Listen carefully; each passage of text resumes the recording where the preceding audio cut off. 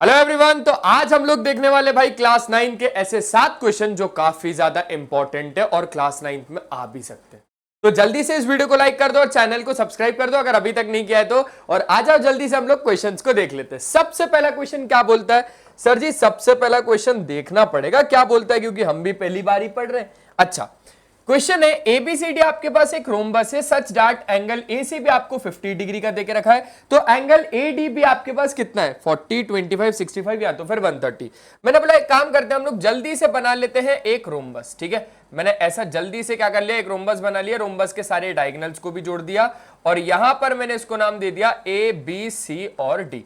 ध्यान से देखना तो आपके पास ए सी बी कितना है? ए से सी, सी से बी, यानी ये आपके पास है 50 डिग्री का। ठीक है, हो गया। तो आपसे पूछ रहा है एडीबी कितना होगा? ए से डी, ए से डी, डी से बी, यानी ये वाला एंगल आपको कितना होगा? सिंपल सी एक बात, बहुत ज्यादा अच्छे तरीके से आप समझना, क्योंकि रोम्बस भी एक पैरेललोग्राम ही है। रोम्बस भी एक पैरेललोग्राम ही है। तो कहीं ना कहीं आप एक बात तो जानते होंगे कि भाई साहब ये दोनों आपके पास क्या होंगी? Parallel sides. देखो ये दोनों आपके पास पैरेलल साइड्स और ये क्या हो जाएगा? चलो ये दोनों अगर आप पैरेलल साइड से नहीं ले रहे हो, ये दोनों आपके पैरेलल साइड्स और कहीं ना कहीं ये हो गया ट्रांसवर्सल, तो ये वाला एंगल और ये वाला एंगल दोनों के दोनों एंगल्स इक्वल है। कहीं ना कहीं अगर आप बच्चों बात को अच्छे तरीके से और ध्यान से समझोगे ना, अगर ये वाला एंगल 50 है तो ये वाला एंगल भी फिर कितना होगा? 50 डिग्री।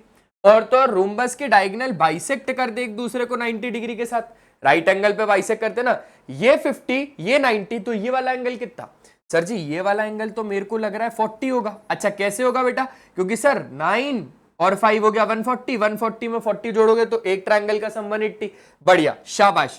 तो कहीं ना कहीं हम लोगों ने ट्रायंगल में एंगल सम प्रॉपर्टी लगा दी और ये वाला एंगल आपके पास आ गया 40 डिग्री। कुछ भी नहीं था यार इसमें, कुछ था क्या? कुछ भी नहीं था। तो ये वाला क्वेश्चन हो गया, एक क्वेश्चन हो गया। चलो अब अगला देखते हैं। अगला क्वेश्चन क्या है?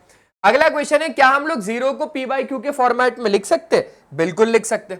जीरो को हम पी बाई क्यू के फॉर्मेट में ऐसे लिख सकते कि जिसका कोई नहीं उसका भगवान होता है, लेकिन मैथ्स में जिसका कोई नहीं उसका तो 1 होता है। तो कहीं ना कहीं जीरो के नीचे आपके पास 1 आ गया, तो ये पी बाई क्यू के फॉर्मेट में आ गया, जहां पर क्यू आपके पास जीरो नहीं होना चाहिए, यानी इसको तो हम लोगों ने रैशनल नंबर बता दिया, तो हम जीरो को लिख सकते हैं। ये दूसरा क्वेश्चन हो गया कंप्लीट। मजा आ रहा है? मजा आ रहा है तो इस वीडियो को लाइक कर दो भाई। चलो अब करते हैं हम लोग तीसरा सवाल। तीसरा सवाल क्या है? The three rational numbers between 3 और 4। अब 3 और 4 के बीच में आपको 3 रैशनल नंबर चाहिए। मैंने बोला ठीक है हम दे देंगे, कोशिश कर लेते ना। ये रहा 3, ये रहा 4। कहीं ना कहीं पहले वाले ऑप्शन के हिसाब से डिनोमिनेटर में 2 बन रहा है। हम लोग भी डिनोमिनेटर में 2 बनाने की कोशिश करते हैं। तो 2 हमने डिनोमिनेटर में तो ला दिया, लेकिन भाई इसको बैलेंस करने के लिए आपको न्यूमरेटर में भी मल्टीप्लाई करना पड़ेगा। 3 2 जा 6/2, 4 2 जा 8/2। कहीं ना कहीं सिर्फ इसके पीछे एक ही नंबर आ रहा है जो कि है 7/2, जो कि है 7/2। तो इतना तो नहीं हो पाएगा ना, ये तो पॉसिबल ही नहीं है। अच्छा ठीक है, अब मैंने बोला 3 और 4 के हिसाब से अगर देखा जाए तो डिनोमिनेटर में आप 4 बनाओगे। 3 और 4 के हिसाब से आप डिनोमिनेटर में क्या बनाओगे?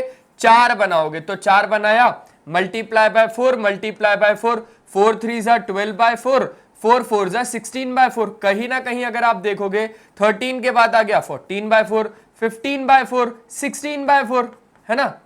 16/4 नहीं आएगा, 13 और 13 14 15 आएगा ना यार। 14 को तो अपन लिखना ही भूल रहे हैं।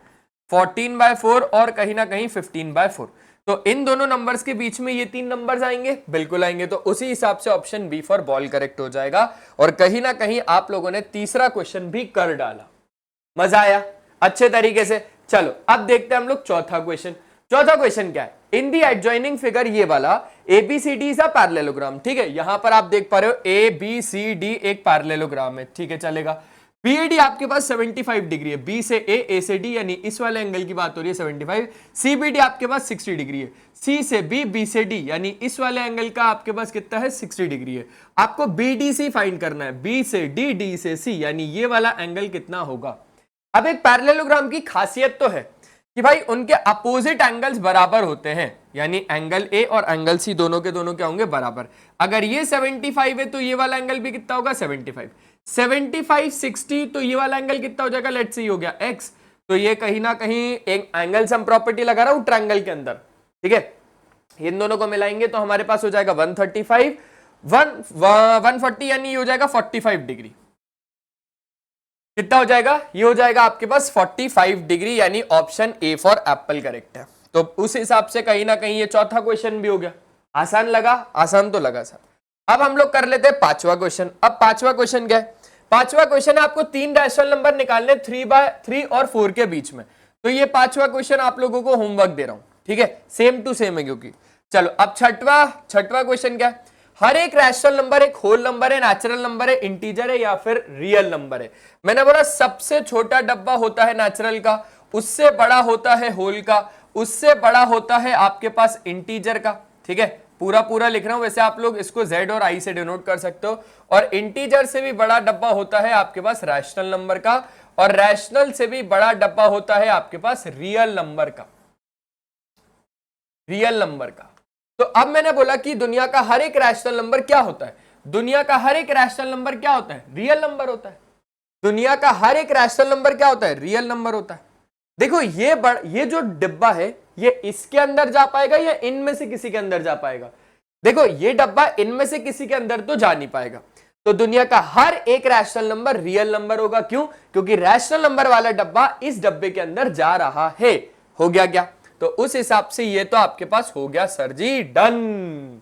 ऐसे डब्बा डब्बा हर एक नेचुरल नंबर होल नंबर होता है, हर एक होल नंबर इंटीजर होता है, हर एक इंटीजर रैशनल नंबर होता है, हर एक रैशनल नंबर रियल नंबर होता है। हर एक होल नंबर क्या रियल नंबर होता है?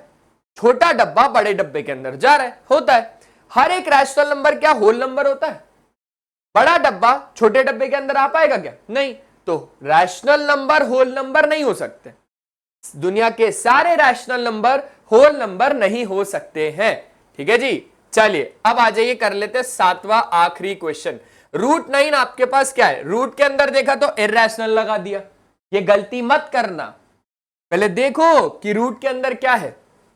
रूट के अंदर 9 है, कहीं ना कहीं आप इसको क्या लिख सकते हो, 3 के नीचे आ गया 1, यानी ये तो आ गया p बाई क्यू के फॉर्मेट में। और q 0 भी नहीं है, यानी ये क्या है, ये रैशनल नंबर है।